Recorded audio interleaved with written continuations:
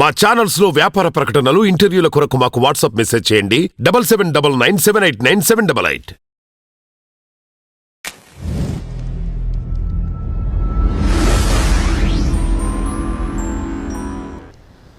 ఓం శ్రీ గురుభ్యో నమః. Welcome to our channel. ఈరోజు ఎపిసోడ్లో మనం తెలుసుకోబోతున్నాం భరద్వాజ ఆసనాన్ని ఏ విధంగా చేయాలి అనేటువంటిది.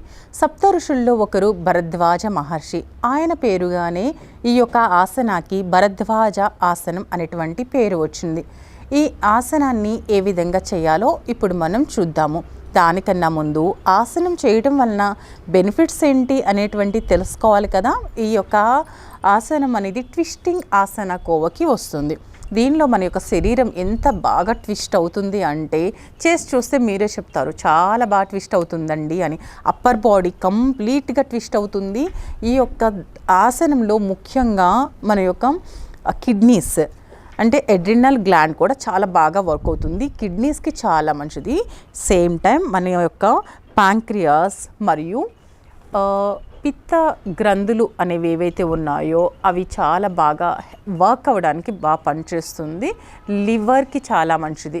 సో ఎన్ని బెనిఫిట్స్ ఉన్నాయి చూసారా. మన యొక్క హార్మోన్స్ అనేవి చాలా బాగా సెక్రేట్ అవ్వడానికి మెయిన్ గ్లాండ్స్ ఇక్కడ స్టమక్కి సంబంధించి ఏవైతే ఉన్నాయో అన్నీ కూడా దీనిలో బాగా టోన్ అవ్వడం జరుగుతుంది. అలాగే నడుం చుట్టూ ఉన్నటువంటి ఫ్యాట్ తగ్గడానికి కూడా చాలా హెల్ప్ అవుతుంది. సో ఈ యొక్క ఆసనాన్ని ఎలా చేయాలో ఇప్పుడు మనం చూసేద్దాము. దాని కొరకు ముందుగా ఈ విధంగా కూర్చొని చక్కగా ఒక లెగ్ని ఇలా పైకి తీసుకోండి. ఈ సెకండ్ లెగ్ని వీలైనంత వరకు కొంచెం క్లోజ్ చేసుకోవడానికి ట్రై చేయండి. ఇది ఎంతవరకు క్లోజ్ అంటే మీకు ఫ్లెక్సిబుల్ ఉంటే మన యొక్క పెల్విక్ దగ్గరగా వచ్చేంత వరకు దీన్ని మనం క్లోజ్ చేసుకుని పెట్టుకోవాలి. ఈ సెకండ్ లెగ్ని నెమ్మదిగా ఫోల్డ్ చేసుకుంటూ బ్యాక్ తీసుకుని వెళ్ళిపోండి. ఈ యొక్క పోస్చర్లో కొంచెం మీ యొక్క బాడీని ఇలా బ్యాక్కి ట్విస్ట్ చేయండి.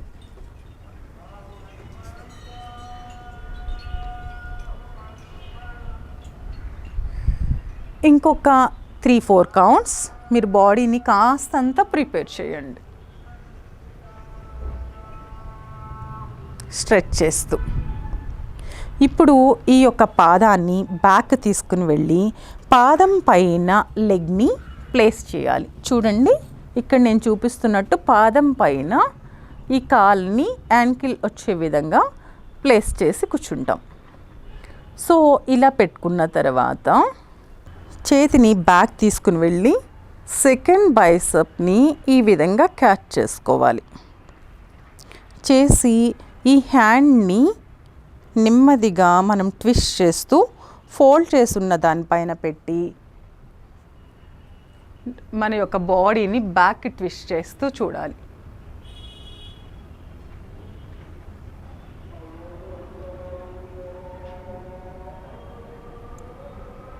పోస్టర్ని హోల్డ్ చేయగలిగినంతసేపు హోల్డ్ చేయడానికి ట్రై చేయండి.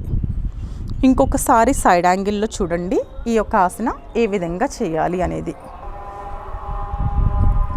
ఈ విధంగా మనం బైసెప్ని తీసుకోవాలి. పట్టుకోవడం అనేది ఎవరికైనా ఇబ్బంది అయితే హ్యాండ్ని ఇక్కడనే ఉంచుకోండి. ఇబ్బంది లేదు అనుకున్న వాళ్ళు హ్యాండ్ని కంప్లీట్గా హోల్డ్ చేసి లాగండి. తర్వాత ఈ హ్యాండ్ని తీసుకుని వెళ్ళి వేరే లెగ్ పైన ఉంచి బాడీని ట్విస్ట్ చేయాలి.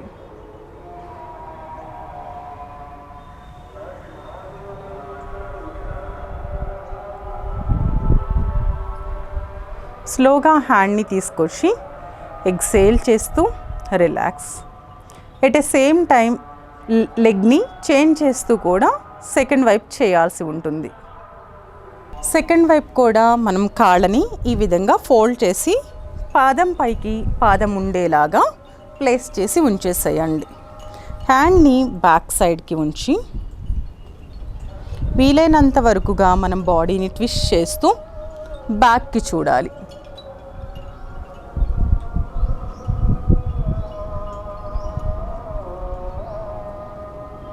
నెమ్మదిగా బ్యాక్కి వచ్చి రిలాక్స్ చేసేయండి.